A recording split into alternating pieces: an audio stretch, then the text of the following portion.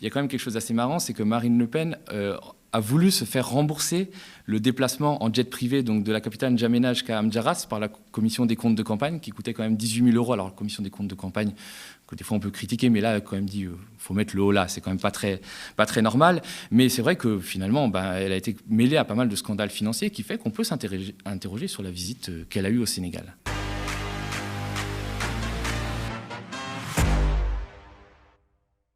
Bonjour Thomas. Salut Lisa. Alors Thomas, tu es venu nous parler d'une rumeur qui enfle au Sénégal et qui concerne Marine Le Pen. Alors, c'est une visite qui était un peu passée sous les radars. Donc on était à la mi-janvier, on était à quelques jours de la première manifestation contre la réforme des retraites. Il y avait des millions de Français qui se préparaient à descendre dans les rues. Et Marine Le Pen, qui se fait la grande défendresse et le chevalier pour défendre les pauvres, avait décidé de ne pas être présente puisqu'elle était partie pour une visite de 3 jours au Sénégal. Aucun média, à part Le Point, n'avait été informé. Et Marine Le Pen, pourtant, elle est là-bas, elle a rencontré les militaires français qui sont sur place, puisqu'il y a 350 militaires français qui sont présents dans le cadre d'une des 4 bases permanentes françaises en Afrique. Elle a visité aussi des exploitations agricoles tenues par des Français. Et cette visite avait été organisée, ça a été révélé ensuite par Le Monde, à l'instigation d'un de ses conseillers, du principal conseiller Afrique, qui s'appelle Philippe Beaune, qui est un personnage un peu trouble, comme on rencontre en France-Afrique, un peu mi-barbouze, mi-homme d'affaires, qui était le monsieur Afrique d'Airbus, qui a beaucoup fait l'entremetteur entre Elf et des rébellions, notamment en Angola, et qui était ami avec les enfants de Kadhafi. Donc ce monsieur Philippe Beaune, qui a été directeur d'Air Sénégal, a organisé le voyage de Marine Le Pen là-bas, au pays de la Teranga. Et Marine Le Pen n'est pas venue avec une quelconque méchanceté ou animosité, c'est-à-dire qu'elle a vraiment passé la brosse à reluire au Sénégal, mais aussi au président sénégalais, Macky Sall. On peut écouter un petit extrait. Une place de l'Afrique au Conseil de sécurité de l'ONU. Oui, je plaide siège cela. Permanent. Oui, je plaide pour cela depuis longtemps, Oui. depuis plusieurs années, parce que je considère qu'il est aujourd'hui totalement anormal que le continent africain ne soit pas représenté au Conseil de sécurité des Nations Unies, et qu'en y étant, par définition, son poids serait beaucoup plus important auprès d'autres institutions internationales, y compris financières. Ce que je sais, c'est que le président Macky Sall est attaché à la souveraineté du Sénégal. Donc entre souverainistes, on ne peut, après tout, que trouver des points de convergence. Je souhaite que la France soit souveraine dans ses décisions, souveraineté politique, mais également énergétique, alimentaire, là où aujourd'hui mon pays est en train de perdre une partie de sa souveraineté. Lui-même, je crois, plaide depuis longtemps pour la souveraineté alimentaire du Sénégal, sa souveraineté énergétique. Et donc, je pense que quelque part, nous avons, en tout cas, lors de ce rendez-vous, parlé la même langue.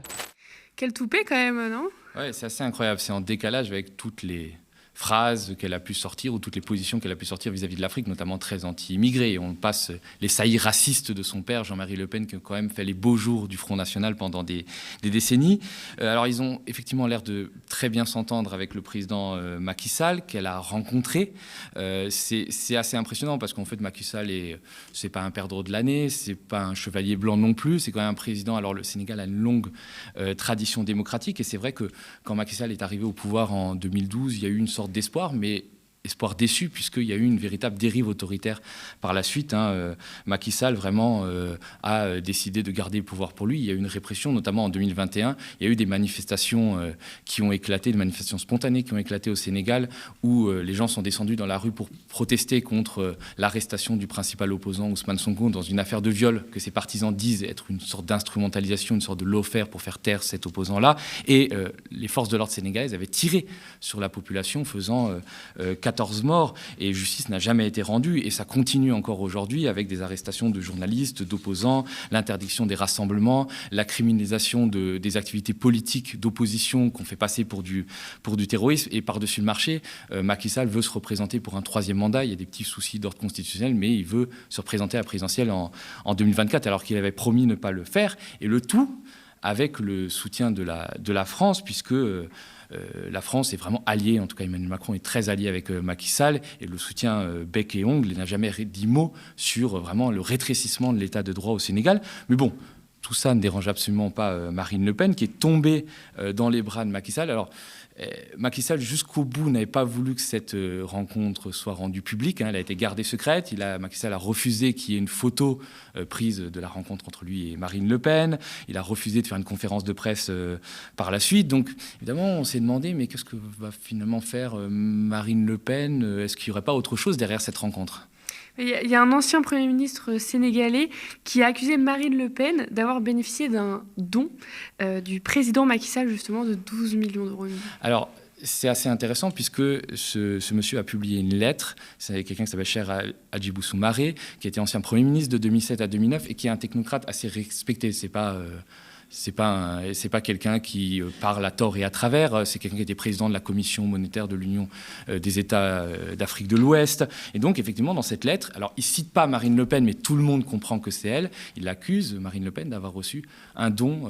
En tout cas, oui, il accuse Marine Le Pen d'avoir reçu un don de 12 millions d'euros de la part de Macky Sall. Et Cheikh Soumaré l'a payé très cher puisqu'il a été arrêté par les forces de l'ordre sénégalaises. Il a été placé sous contrôle judiciaire et accusé de diffusion de fausses nouvelles. Alors, sur le fond, l'information, pour l'instant, n'est pas vérifiée. Peut-être que ça serait intéressant d'enquêter. D'ailleurs, en France, on n'en parle absolument pas, alors que ça fait les gros titres de la presse sénégalaise. Mais quand même, tout ça reste à vérifier. Quand on connaît les bizarreries financières du Front National et du Rassemblement National aujourd'hui, on peut se demander s'il n'y a pas anguille sous roche. Oui, parce que c'est pas du tout la première fois que le parti de Marine Le Pen renfloue ses caisses avec de l'argent pas tout à fait propre, on va dire. Alors moi je crois que la peste brune s'accommode bien du continent noir, malgré toutes les saillies racistes et le fait de ne pas vouloir des immigrés, ça va, il n'y a pas de problème. Quand c'est de l'argent, ça peut venir. On se souvient qu'à l'époque, le père Jean-Marie Le Pen avait touché de l'argent du président gabonais Omar Bongo, qui était un peu le pied de la France-Afrique, qui distribuait à toute la classe politique française. Jean-Marie Le Pen s'est même rendu en 2016 à l'investiture de Théodore Obiang Nguema, qui est l'inamovible dictateur de la Guinée équatoriale depuis 1979 et qui est richissime, d'ailleurs qui est inculpé, dont le fils a été inculpé dans l'affaire des biens mal acquis en France. Et le Front National a toujours eu plus ou moins des problèmes financiers. On se souvient des fameux prêts russes qui ont été contractés pour renflouer les caisses du parti qui était au bord de la faillite. Et Marine Le Pen, elle n'en est pas à son coup d'essai en Afrique. Elle s'est déjà rendue en 2017, c'était en pleine campagne présidentielle, au Tchad. Et c'est vrai que le but de son voyage pose question. Officiellement, c'était pour aller rencontrer les militaires français, mais en réalité, elle est allée rencontrer le président tchadien Idriss Déby, dictateur de longue date allié à la France, qui aujourd'hui est décédé. Elle a quand même pris un avion depuis la capitale, N'Djamena, pour aller dans le village natal du président tchadien à 1000 km. Et franchement, c'est pas Las Vegas là-bas. On regarde un petit extrait. Venue officiellement à la rencontre des soldats de la force Barkhane, Marine Le Pen a fait le déplacement d'Amdiaras dans le chef-lieu de la région de l'Enedi Est pour rencontrer le chef de l'État, Idriss Déby Itno. Les échanges ont duré 1 heure. Nous avons envisagé de nous revoir. Je souhaite que ce soit dans le cadre d'une visite officielle où peut-être j'inviterai le président Déby à l'Élysée. Oui, elle aurait été très honorée d'inviter le président Déby à l'Élysée. Bon, il est mort entre-temps, mais son fils a pris le pouvoir. Et puis, bon, elle ne désespère pas d'arriver au pouvoir en 2027 et d'inviter tous les dictateurs sur le perron de l'Élysée. Il y a quand même quelque chose d'assez marrant, c'est que Marine Le Pen a voulu se faire rembourser le déplacement en jet privé donc de la capitale N'Djamena jusqu'à Amdiaras par la commission des comptes de campagne, qui coûtait quand même 18 000 euros. Alors, la commission des comptes de campagne, que des fois on peut critiquer, mais là, elle a quand même dit faut mettre le haut là, c'est quand même pas très normal. Mais c'est vrai que finalement, elle a été mêlée à pas mal de scandales financiers qui fait qu'on peut s'interroger sur la visite qu'elle a eue au Sénégal. Puis il y avait aussi ce prêt étrange qui avait sauvé Marine Le Pen en 2017 et sur lequel toi tu avais enquêté. Ouais, j'ai bossé là-dessus. En fait, c'était le Front National était au bord de la faillite puisqu'il lui fallait 8 millions d'euros pour équilibrer les comptes de campagne et pour que ces comptes de campagne de la présidentielle de 2007 ne soient pas retoqués par la commission des comptes de campagne et donc que le remboursement intervienne. Et si le remboursement n'intervenait pas, le parti allait faire complètement faillite. Et c'est vrai que le FN s'est mis en quête d'argent et a trouvé un prêt assez étrange de 8 millions d'euros d'un homme d'affaires français qui s'appelle Laurent Fouché, qui est très très lié à la France-Afrique, qui a fait des affaires très louches en Centrafrique, à l'île Maurice, en Angola et j'en passe et des meilleurs. Et cet argent-là est arrivé miraculeusement sur les comptes du Front National, a permis de se sauver. Pour quelle contrepartie, je ne sais pas. Mais c'est quand même assez étonnant, on va dire, c'est qu'il n'y a pas eu d'enquête sur ça. Normalement, il y a des organismes un organisme qui s'appelle Tracfin, qui est lié à Bercy, qui contrôle à partir de 20 000 euros. Si vous recevez un virement bizarre d'un paradis fiscal, on met un peu le haut là. Là, tout d'un coup, il y a 8 millions d'euros qui sont arrivés des Émirats Arabes Unis, mais sans doute plus loin de l'île Maurice, de quelqu'un qui était recherché internationalement. Ce Laurent Fouché avait des procédures pénales partout pour des histoires d'escroquerie et tout ça. L'argent est rentré. Il y a une enquête qui a été lancée, mais elle n'a jamais vraiment rien donné. Ça pose quand même des petites questions. Ouais. Il n'y a pas que l'extrême droite qui est accusée de prendre de l'argent sale en Afrique, si je ne me trompe pas. Ah non, c'est une vraie tradition. De toute façon, la politique est l'art d'obtenir de l'argent des riches, disait Jules Michelet, grand écrivain. Et alors, on adore aller prendre de l'argent des riches en Afrique, et tant pis, finalement, si cet argent-là est volé à la population qui meurt de faim. C'est la fameuse République des mallettes. Ça veut dire que il y a eu un système qui a été instauré à partir des années 60, quand on a décolonisé les pays d'Afrique francophone. On a maintenu une certaine forme de tutelle. Et effectivement, des potentats africains donnaient de l'argent qui permettait soit de financer la vie politique ou de financer des campagnes présidentielles françaises. C'est vraiment ce qui explique peut-être le mieux, ce qui symbolise le mieux la France-Afrique. Et c'est vrai que personne n'en parlait beaucoup. D'ailleurs, on se souvient que Robert Boulin, qui était ministre du Travail de Valéry Giscard d'Estaing, qui était suicidé à la fin des années 70 dans 50 cm d'eau en région parisienne, l'enquête plus tard l'a révélé, ou en tout cas l'a soupçonné, voulait révéler des choses sur justement le financement occulte de la vie politique française, notamment du RPR par Elf, la grande compagnie qui exploite du pétrole en Afrique, notamment en Afrique centrale. Et donc effectivement, ça a continué pendant des années. Et on se souvient qu'il y a quelques années, un monsieur qui traîne dans pas mal de réseaux, un avocat qui s'appelle Robert Bourgi, qui est très proche des présidents africains, au point qu'il appelait Omar Bongo, le président gabonais, papa, avait mis les pieds dans le plat et fait des révélations fracassantes. On écoute. Lorsque vous révélez tout cela, vous en prenez directement à Jacques Chirac et à Dominique de Villepin notamment, de façon très dure. Vous prenez des risques personnels très importants. Vous pouvez, c'est peut-être infraction pénale, vous avez assisté à des détournements de fonds publics, à des financements illégaux de campagne. Pourquoi faites-vous ça ? Je le fais, j'ai mesuré les risques, mais je faisais, Madame Elkrief, ce que ma conscience me demandait de faire. Cela faisait un bout de temps que ma conscience était taraudée. Et quand je vois le débat politique, je vous en ai parlé, j'ai dit qu'il était temps de faire certaines révélations sur le côté obscur de la France-Afrique et des relations franco-africaines.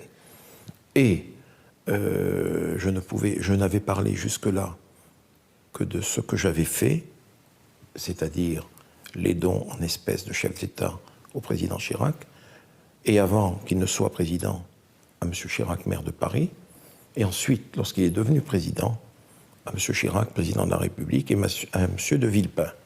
Cela entre 1995 et 2002. Alors Robert Bourgi, tout personnage peu recommandable qu'il soit, révélait quand même un secret de polichinelle, notamment que tous les présidents français se sont plus ou moins financés en Afrique. On se souvient des fameux diamants de Bokassa de Valéry Giscard d'Estaing. Mais c'est vrai que il y a quand même une distorsion entre ces présidents qui n'hésitaient pas à se faire financer des campagnes électorales et ce qu'ils disaient, par exemple, des Africains. Il faut quand même se rendre compte, c'est pas si vieux. Mais Chirac disait un truc en 2004 à propos des Africains. Il disait, je cite, mais c'est d'un racisme incroyable. Ils sont joyeux parce que les Africains sont joyeux par nature. Ils sont enthousiastes, ils ont le sourire, ils applaudissent, ils sont contents. Ils voient qu'il y a un monsieur qui passe, cela leur permet d'être sur le bord de la route, ils sont contents. Voilà. Et ça l'empêchait visiblement pas d'aller prendre de l'argent qui appartenait au peuple africain. Alors Robert Bourgi, c'était télécommandé, puisque effectivement il s'en prenait à Jacques Chirac et à Dominique de Villepin. Et de qui est proche Robert Bourgi, même encore maintenant, de Nicolas Sarkozy. Et Jacques Chirac et Dominique de Villepin étaient les ennemis jurés de Nicolas Sarkozy. D'ailleurs, Robert Bourgi, dans la même interview, avait dit non, mais vous savez, la France-Afrique, c'est fini. Nicolas Sarkozy est quelqu'un de tout à fait propre, il n'y a pas de problème, ce qui s'est révélé pas tout à fait vrai. Ouais, c'était pas vraiment fini avec Nicolas Sarkozy, puisqu'il y a eu l'affaire du financement libyen de sa campagne de 2017, un financement occulte dont Sarkozy se défend. On peut regarder une petite vidéo.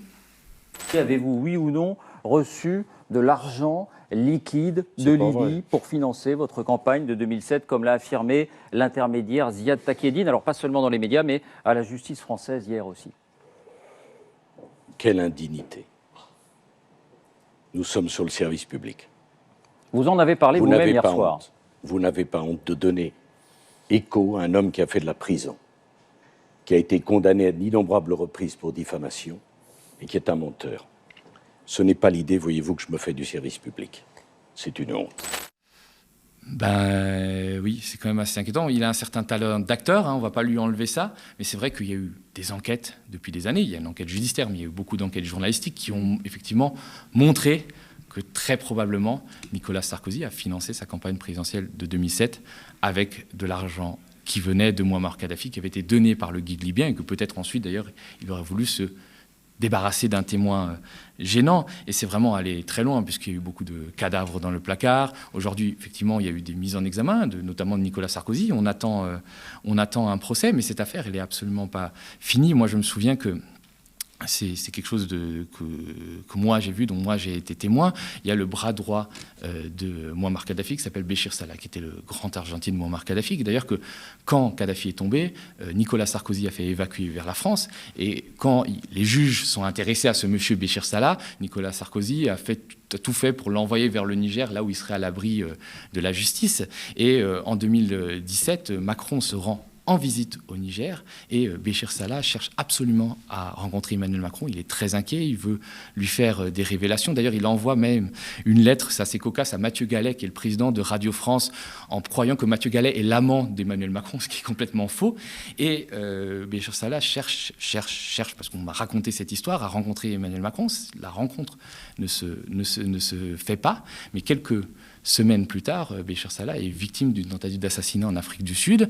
Il est sauvé in extremis. Donc, est-ce qu'on aurait voulu faire un témoin gênant? Parce que lui a bien sûr les secrets sur le financement de la campagne présidentielle de Nicolas Sarkozy en 2007. En tout cas, voilà, c'est quelque chose on espère vraiment qu'il y aura un procès et que toute la lumière sera faite sur cette pardon de la République. Ces soupçons de financement illégal de campagne n'ont pas épargné Emmanuel Macron non plus, réputé très proche de Nicolas Sarkozy. On peut regarder un petit extrait du documentaire d'Off Investigation, nos camarades indépendants, consacré au possible financement de la campagne 2017 d'Emmanuel Macron par des oligarques algériens. Selon une source algérienne proche des services de renseignement, le président du Forum des chefs d'entreprise algériens aurait effectivement incité ses collègues à financer le candidat Macron. Il ne sait pas qu'il est enregistré. En 2017, ils ont organisé la visite de Macron à Alger. C'était le patronat, à la tête du patronat, c'était Haddad. Et les gens du patronat, ils ont tous mis la main à la poche pour le financement de le truc. Tous, sans exception. Celui qui dit non, il aura des problèmes. D'accord? Donc, ils ont tous mis... donc, Haddad, c'était qui fait la collecte. D'accord?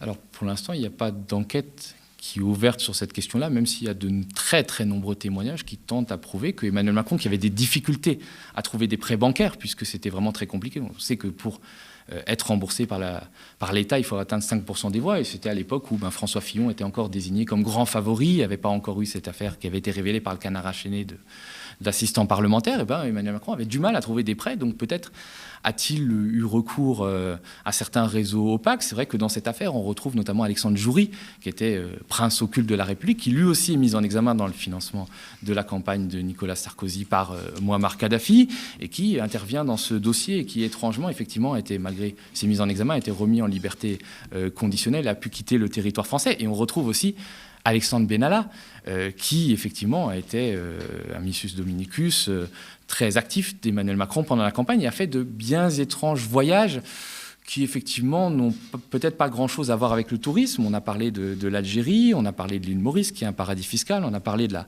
République démocratique du Congo, on peut parler aussi du Tchad, et peut-être que ces voyages et ce qu'il a fait expliquent le lien entre la France et le Tchad. Et puis il y a beaucoup de zones d'ombre qui se posent sur la campagne présidentielle de 2017. C'est vrai que par exemple dans les financements un peu étranges algériens d'Emmanuel Macron et ce financement de Laurent Fouché qui prête 8 millions d'euros à Marine Le Pen, on retrouve un peu les mêmes personnes. Par exemple, quelqu'un comme Laurent Ambadia, qui aujourd'hui est le numéro 2 de Veolia, qui est considéré comme un très proche d'Emmanuel Macron, mais qui est aussi considéré comme un très proche de Laurent Fouché, le mécène miraculeux de Marine Le Pen.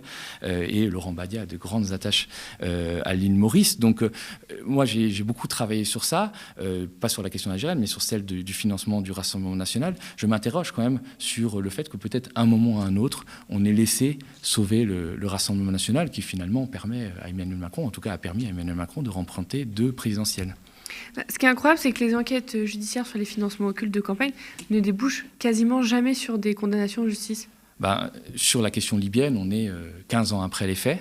Il y a une affaire qui est quand même assez symptomatique, c'est l'affaire du financement de la campagne présidentielle d'Édouard Balladur en 1995, en fait, on a miraculeusement comblé 10 millions de francs de trous grâce, c'est en tout cas ce qui a été conclu par la Cour de justice de la République, à des rétrocommissions sur des contrats de vente de frégates avec l'Arabie Saoudite et de vente de sous-marins avec le Pakistan. Et c'est en plus, ce qui est grave, c'est que la suspension de ces commissions dans le cadre notamment de la vente des sous-marins au Pakistan a fait en sorte qu'il y a des représailles de la part des services secrets pakistanais. Et en 2002 à Karachi, il y a eu un attentat qui a fait 11 morts parmi des employés de la direction des constructions, de la direction des chantiers navals. Donc il y a eu des implications bien concrètes et ces financements-là créent des drames et des crimes. Et il y a des gens qui ont du sang sur les mains. Et qu'est-ce qui s'est passé pendant des années? On n'a absolument rien fait. Il y a eu un procès qui s'est tenu en 2021. 2021, faut se rendre compte, 26 ans après les faits, Édouard Balladur avait 91 ans.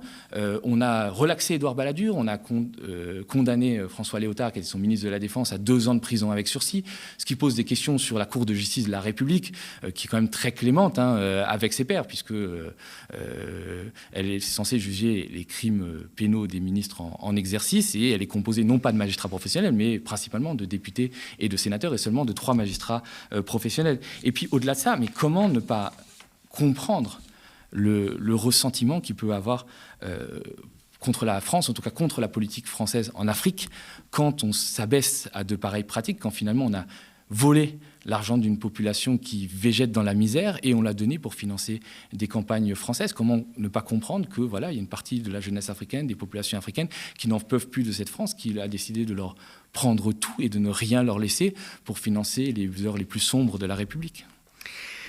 Merci beaucoup Thomas de toujours nous relever, nous apporter ces grands scandales qui passent toujours plutôt crème, on va dire.